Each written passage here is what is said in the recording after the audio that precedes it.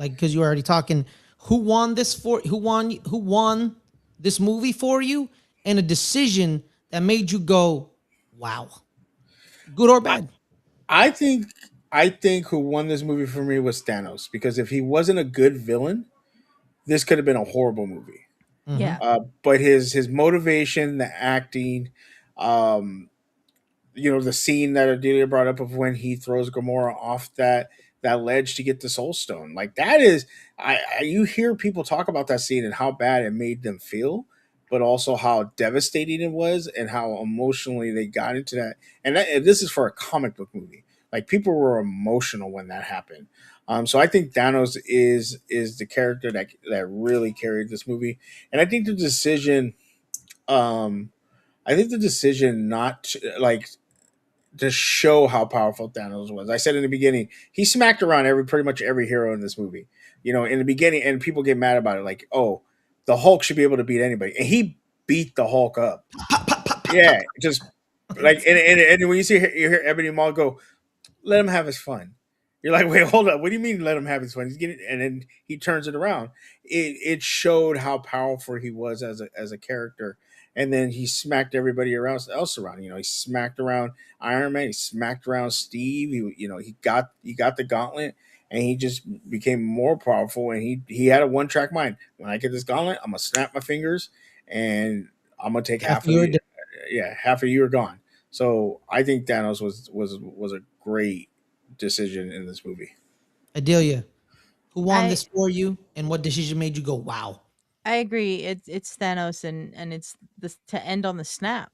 And not even just to end on the snap, but end on Thanos sitting on that planet where they find him at the beginning of Endgame, just resting. Like he thinks he's done the right thing.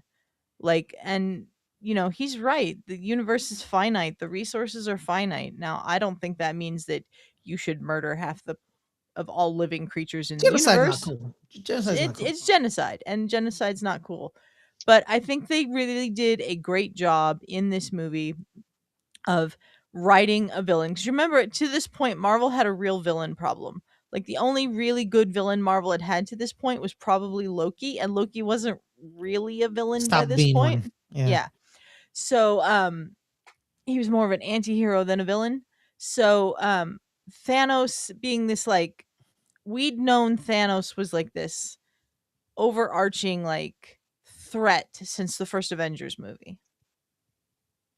And then to have him finally fully realized here and see how much of a threat he really truly was. I mean, it started with that scene on the Asgardian ship at the very beginning of the movie. Shout out to Kenneth Branagh, whose voice is the first voice you hear in this entire movie when he does the Asgardian ship distress signal that is what the Guardians pick up on and brings them to the remnants of the ship. But it just starts out so bleak. Like half the Asgardians are dead, the other half are already gone. Like we don't see Valkyrie and the other half of the Asgardians that end up on Earth in New Asgard leave. They're already gone. And everybody else on that ship is dead except for Thor, Loki, and Heimdall. And then they kill Heimdall after he gets Hulk out of there. And it's a really, really menacing, bleak start. And then he just destroys the ship. And like you're like, oh my god, did we just lose Thor? Now, because of the trailer, we knew that he was going to end up with the Guardians, but he's just this threat through the And all of whole Asgard movie. too, all their people. Like, Yeah, yeah, like he's just this overarching threat through the whole movie, and it builds and it builds and it builds, and then at the end when he wins, it's like, oh shit, He won. like he won. Yes. They lost. Because like we haven't seen the Avengers lose yet. We've seen them lose little tiny battles on the way to winning the war of the movie against Ultron or against Loki in the first Avengers or whatever. But we haven't seen a movie where it's like, oh yeah, our heroes just got their asses kicked and lost. Yeah. And This is Asgardian. if you don't have Thanos as a big threat, then it doesn't feel earned. by the end. And another thing I think they did really, really well in this movie was humanizing Thanos with the scenes with young Gamora on her planet. So that when you get to the point where it's Gamora and Thanos on Vormir for the Soul Stone, and you know that he has to make the sacrifice of something he loves, you know when he turns around and has the tears that he does love Gamora because of the way that they set up the scene of him with young Gamora on her planet and then him talking to Gamora on his ship about how she hated everything about her life and everything that she hated about her life was because of what he taught her and stuff like that. You can tell that he really truly cared about her. So when I don't think if they hadn't done that, that Gamora's death would have hit that hard for me. Not because Gamora isn't a great character, but because it's like, well, Thanos, I guess, loves her. You have to establish that, and I thought they did a really good job of establishing that. And then when you see his scene in the Soul Stone after the snap, and he sees young Gamora, and he realizes I've accomplished everything, but I've lost the one thing that means something to me. Mm-hmm. When he tells Wanda, I lost more today than you'll ever know. It really made him a character instead of just this bad guy. And I thought they did a really phenomenal job with that in this movie. And also his love for her was like the only thing that enabled him to get the Soul Stone. Because if he didn't Yeah. really love her, then he probably had nothing else to sacrifice to get it. You know? Exactly. It was amazing, man. Where he talk, well, because he doesn't call her Gamora a lot in the movie. Yeah. He says little one. Little one. He says little one. You know what I mean? And that just proves that the connection with him, perfectly balanced. Little one, not too much on the left, not too much on the right, perfectly balanced. And then, oh my God, Adelia, you just hit the nail on the coffin. That was perfect. That was perfect. Because he's one of the greatest villains in probably cinematic history. But, and we saw bits and pieces of him, right?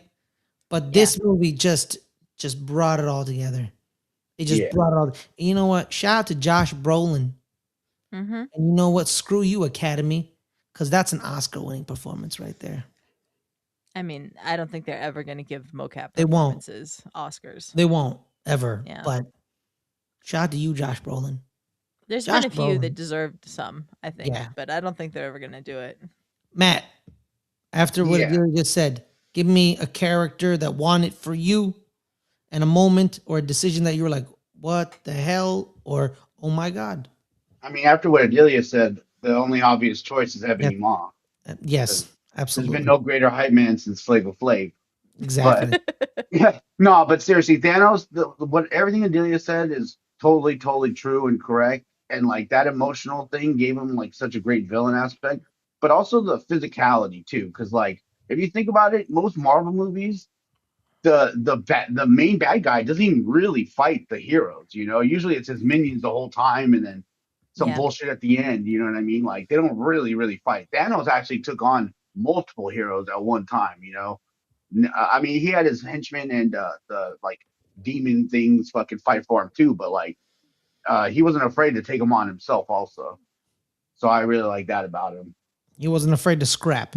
Yeah, because think of like Thor: The Dark World, how much they hyped up that dude, and he didn't even fight nobody really. Hey man, you watch your mouth, man. You respect Malekith. He was like, all right, you respect Malekith. Guardians of the Does Galaxy. Malekith really deserve respect? Same with like Guardians of the Galaxy villains too. No, not really. They didn't fight him; they just had a fucking dance off. Like, yeah. Shout out to Lee but Pace. other movies too. Like the only ones I can even think of is like Shang-Chi, and that hadn't happened till this point. Black Panther had barely happened. Yeah, the movie right before this one. Also, because at this moment, correct me if I'm wrong, guys. The second best villain in all of the MCU was Obadiah Stane. He was one of the better ones, yeah.